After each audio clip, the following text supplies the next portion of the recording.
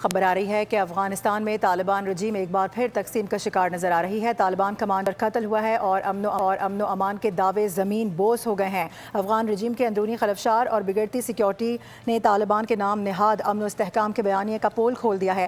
افغان طالبان رجیم جہاں عوام کو تحفظ دینے میں ناکام رہی، وہیں پر اہم افغان کمانڈرز کو بھی حفاظت فراہم نہ کر سکی۔ معروف افغان جریدے دی افغانستان انٹرنیشنل کے مطابق ننگرہار کے ضلع چیچاہار میں جمعے کے روز افغان طالبان کے مقامی کمانڈر کو فائرنگ کر کے قتل کیا گیا اور اس کے ساتھ ساتھ افغان طالبان نے کمانڈر کے قتل کے شبے میں اس کے سگے بھائی کو ہی گرفتار کر لیا ہے۔ افغان انٹرنیشنل سرکاری اعلامیہ کے مطابق مقتول کمانڈر کی شناخت مسافر کے نام سے سامنے آئی ہے، جبکہ افغانستان انٹرنیشنل مقتول کمانڈر چھٹی گزارنے کے لیے اپنے گھر پر گیا ہوا تھا، جہاں اسے بے دردی سے قتل کیا گیا۔ یہ بھی بات سامنے آ چکی ہے اور ماہرین یہ کہہ رہے ہیں کہ افغان طالبان کمانڈرز پر حملوں کے بڑھتے واقعات داخلی اختلافات، مقامی مزاحمت اور سیکیورٹی کی بدترین صورتحال کی عکاس ہیں۔ افغان طالبان رجیم کو بیک وقت اندرونی بغاوت، بڑھتے حملوں اور سیکیورٹی بحران جیسے سنگین چیلنجز کا بھی سامنا کرنا پڑتا ہے۔